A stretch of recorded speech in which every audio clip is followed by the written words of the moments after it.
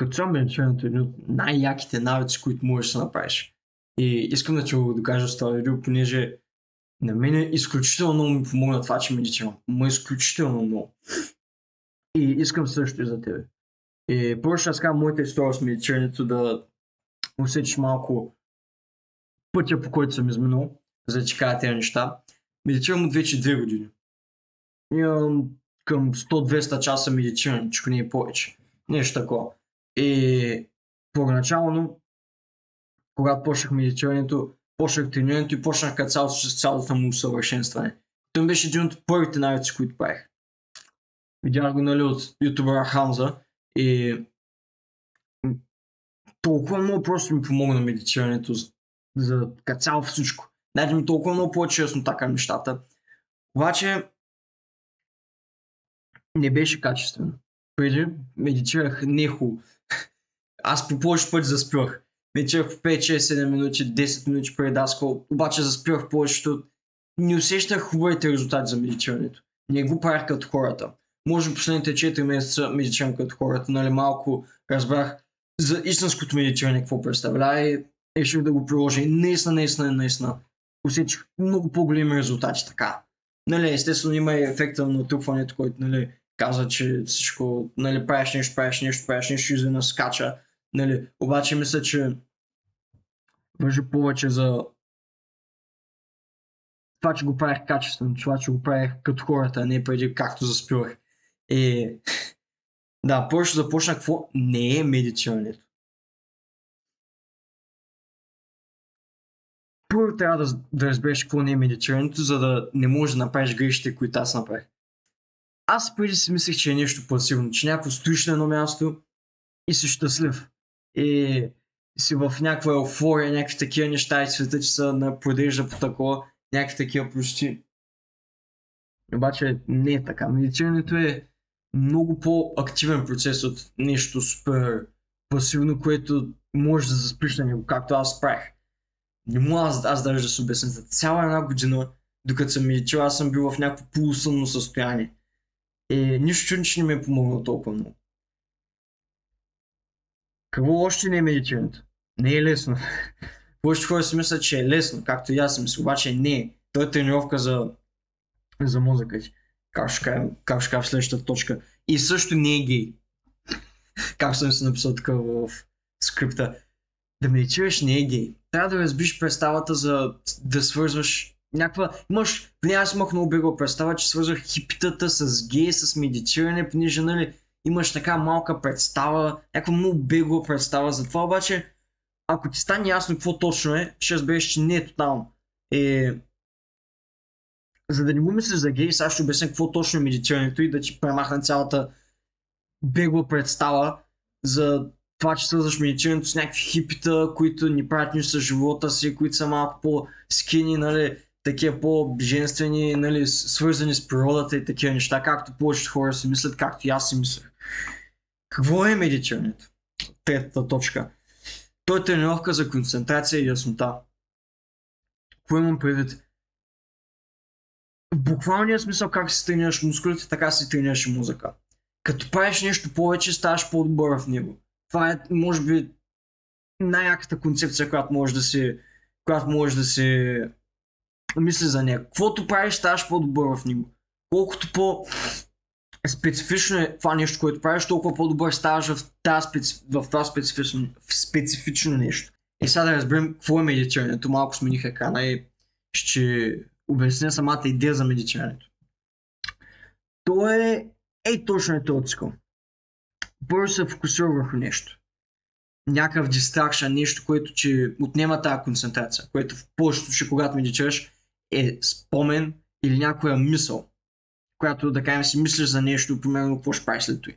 Или пък си спомняш колко се е изложил в даскал. И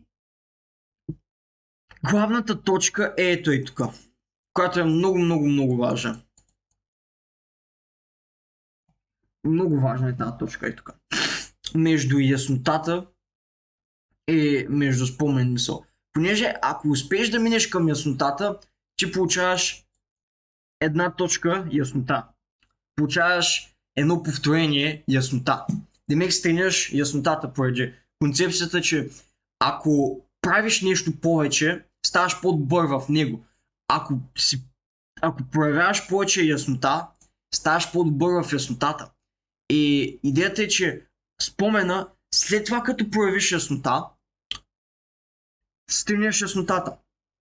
Което е супер добре, понеже яснотата е много добро качество, позволява ти да решаваш проблеми и буквално ти увеличава интелекта, в буквалния смисъл.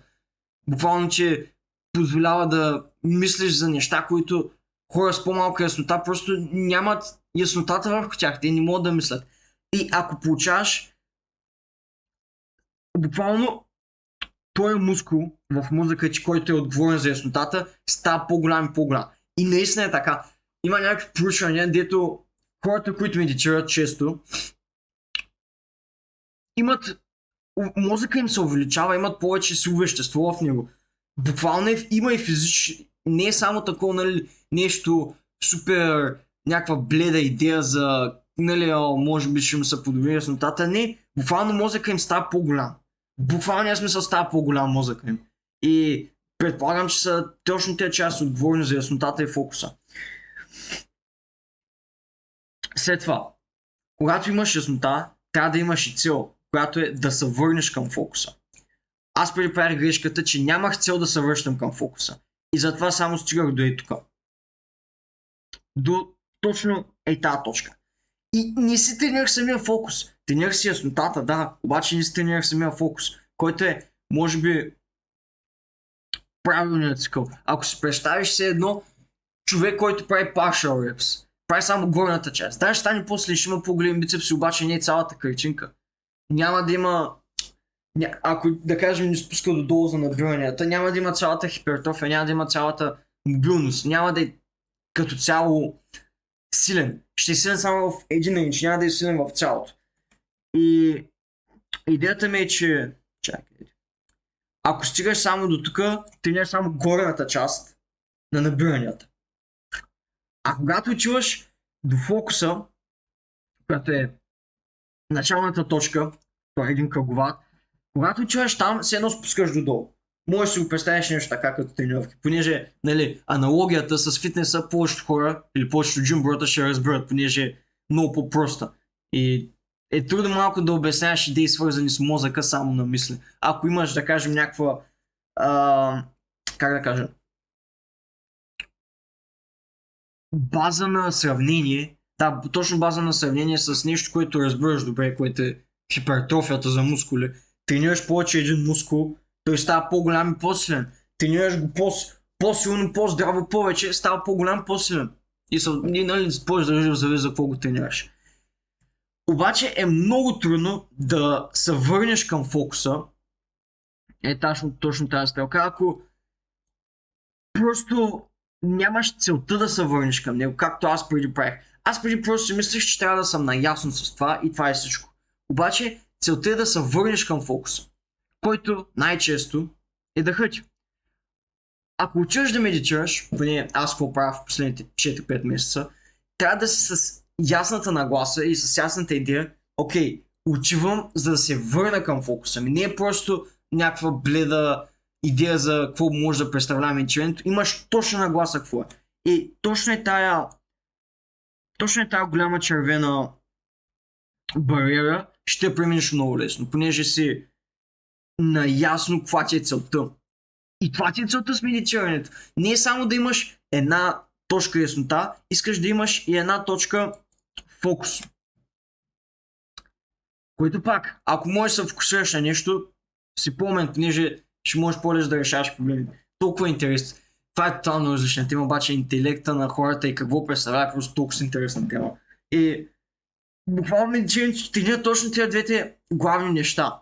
Обаче двете точно е тези точки, на когато имаш яснота към него и да се върнеш към фокуса са най-важни.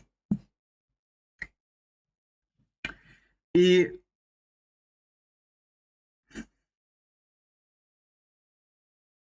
нещо, което много съм се замислял е какво представлява яснотата. Трябва обаче повече да помисля за него, понеже е много интересно, защото като кажеш яснота на нещо, clarity, или пък да си наясно с нещата, Ти знаеш за какво става въпрос, обаче не можеш да го дефинираш. Какво означава да си наясно?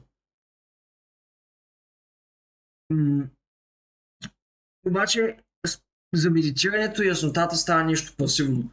Става все по-пасивно и по-пасивно, колкото повече медитираш. Първоначално, поне аз както правих, нямах много яснота, постоянно сядах и само мисля, не мога да се концентрирам. Обаче след това имаш малка яснота.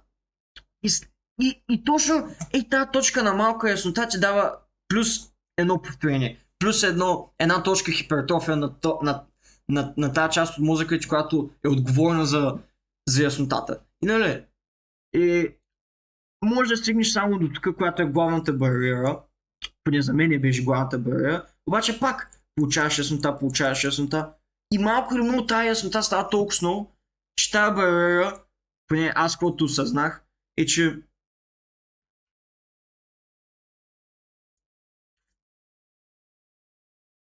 трябва да имаш ясна цел, както говорих преди малко. Да имаш ясна цел за медитирането. Какво точно искаш да постигнеш с него. И то ти се получава само с яснота. Ако си представиш яснотата като някой, аз поне така се представям, като някой ресурс, който се изчерпва. Обаче, ако си представиш, че се изчерпва към различни неща, обаче този ресурс може да се запълни пак. И според мен медитирането просто ти запълва тази яснота. Ако си представиш някаква графика или не знам, някакъв бар за медитиране, да кажем 100% яснота имаш. И тя се изчерпва по въпроси, които мислиш. Така е, примерно, ако учиш нещо, тя яснота се изчерпва към концепцията, която научаваш. И примерно да кажем, да, буквално е това. Ако си мислиш някакви идеи, яснотата се изчерпва. Обаче, чрез медитирането се запълва и самият ти капацитет на колко яснота можеш да побереш е по-голям. И просто с това разширение, ти можеш да мислиш по много по-големи въпроси, много по-дълбоки въпроси, много по-трудни, сложни идеи. И аз явно толкова при мен се е увеличила яснотата, че успях да си помисля, окей, какво правя с медитацията? Аз не се връщам към фокуса. И успях да разбера идеята на медитирането чрез яснотата, която имах. Понеже ако нямах яснота, дали щеш да ми е проблем? Ако не бях наясно, че не медитирам като хората, дали щеш да ми е проблем и дали щях да го реша този проблем? Не! Яснотата е в основата на интелекта на всяко същество. А интелект е просто умението ти да решаваш проблеми. Дали сега, дали за в бъдеще. Буквално медитирането прави по-умен. И последната част, която е фокуса, която също е много важна, е, че ако един проблем не можеш да се фокусираш да го решиш, няма да го решиш. Примерно, ако не можеш да стоиш сам с мислите си и да мислиш по някой тегав въпрос, няма да го решиш въобще. Може да не мислиш правилните неща, примерно да кажем някакъв математически въпрос, някаква математическа задача, окей, защото е по-лесно да се разбере. Ако имаш някаква математическа задача, ако не можеш да се фокусираш на решението си, не можеш да си 100% да гледаш само това, примерно, да мислиш, окей, това. За сметка на това просто ходиш, се разсейваш на някакви неща, гледаш на телефона малко. Дали ще го решиш? Не е ясно дали ще го решиш, обаче поне като се фокусираш на този проблем, имаш по-голям шанс имаш въобще някакъв шанс да го решиш. Отколкото, примерно, ако въобще не се фокусирам върху него и вниманието чуча на 1000 различни точки. Да, това исках да кажа с какво представлява медитирането е тази графа, която ме много ма кефи, защото като цяло е тренировка. Буквално е тренировка. Просто концепцията за фокус и яснота не са толкова ясни на хората. И идеята ми е просто да можеш да разбереш какво точно е яснотата и че е някой ресурс, който можеш да употребиш, както и фокуса. И че имаш две бариери, които трябва да преминеш. Едната бариера е първата, която е преди яснотата. Имаш някакъв спомен, обаче че не си наясно с този спомен. След като тази бариера на яснота и я преминеш, отиваш към яснотата за този спомен и това е първата част. След това трябва да имаш нагласата да се върнеш към фокуса. Защото ако нямаш нагласата, ще останеш само с яснотата.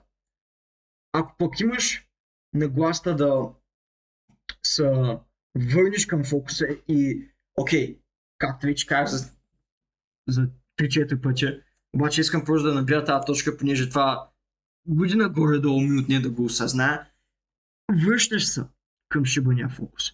Трябва да имаш нагласата, когато седиш да медитираш, да се върнеш към шибания фокус.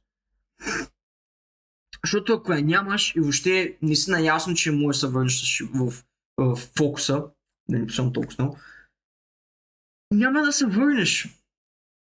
Или се връщаш много по-бавно. И това нещо не работи с интензитет. То целият цикъл работи за повторения, не работи с интензитет. Не да кажем, привикваш към яснотата и ти трябва много да си наясно с, да кажем, като седнеш да медитираш, да си постоянно наясно с мислите си. Според мен, как бачка, колкото повече пъти го правиш това нещо, толкова по-добри стават тези качества. А не да кажем, примерно, както в фитнеса, пример с фитнеса, ако ти се адаптираш към този процес, ти трябва още повече интензитет. Обаче, примерно, ако тренираш, почиваш се, обаче не тренираш толкова много, самия стимул го няма толкова много, тренираш леко, се адаптираш и няма да виждаш този прогрес. Обаче, според мен, точно на това нещо, ако го правиш просто повече, ставаш по-добър в фокусирането и това. И не привикваш към самата тренировка, което е брутално, поне според мен. Не съм супер сигурен за това, обаче поне аз това съм забелязал. Че колкото повече го правиш, толкова повече се подобрят и не мисля, че има тая бариера от интензитета, който трябва да направиш, което го прави много по-достъпно за всеки човек, понеже не всеки човек е надарен с някой супер интелектуален мозък, който има супер много яснота и фокус и може да разбере тази концепция. Просто ако го повтаряш това нещо, ставаш буквално по-умен. Буквално ставаш по-добър в решаването на проблеми. А кой не иска да стане по-умен? Наистина, кой не иска да стане по-умен? И последното направи си го навик, понеже ако съм те подкупил с тази идея за медитирането и какво представлява то, искаш да си го направиш, искаш да го правиш. Направи си го като навик. Направи си го в Habit Tracker. Направи си го навик. Не е толкова... Преди на мен ми беше трудно да започна да медитирам, обаче ми беше много трудно да разбера какво е медитирането. За тебе може да е пък да обратното. Сега може да разбереш какво е медитирането, обаче не че е толкова лесно да почнеш, нали? Всеки е различен. И направи си го като навик. Не мисля да набивам много на тази точка, направи си го като навик. И другото е Progressive Overload. Също пример е с фитнеса. Обаче е малко по-различен. Не е толкова Progressive Overload за интензитета, колкото за времетраенето. Понеже колкото повече време медитираш, да кажем медитираш 5 минути срещу 1 час, в тия 5 минути можеш само толкова спомени да имаш. Толкова спомени само можеш да имаш, които ти развалят фокуса. И само толкова много пъти можеш да проявиш яснотата. И съответно да се върнеш пак към фокуса и този цикъл да продължи. Докато при 60 минути можеш много повече пъти да го повториш това нещо. И идеята е, че даже не трябва толкова да интензивно, само трябва да прекараш повече и повече време в този цикъл. И това е което иска да ти кажа, брат. Да се върнем към цялата камера. И той не знам пачка ли нещо.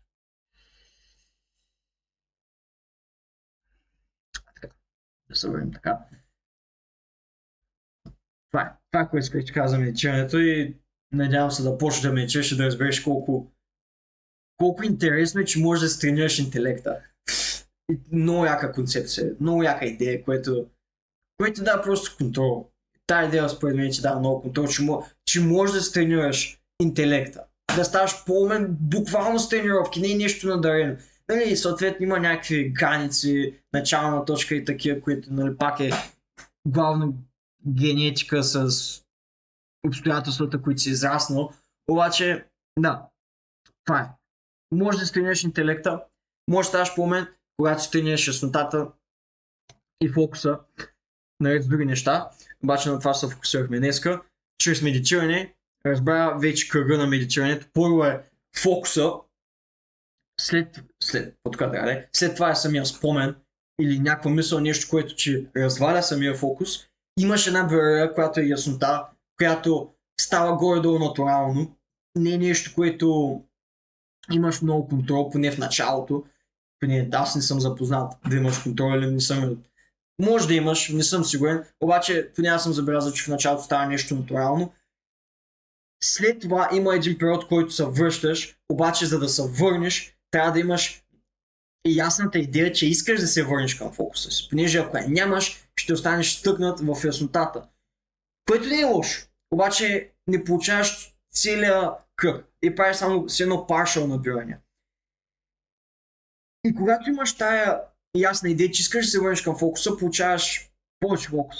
Наред с повече яснота и се едно правиш цялото набиране, се едно правиш целият бицепс curl, full range of motion и получаваш главното нещо, за което е медитирането. Друго нещо е, което е тотално различна тема, е, че има много видове медитиране, обаче са базирани на пак концентрация на нещо и възвръщане към това. И да, надявам се, брат, видеото да ти е помогнал и не забравяй, брат, винаги може да се подобриш.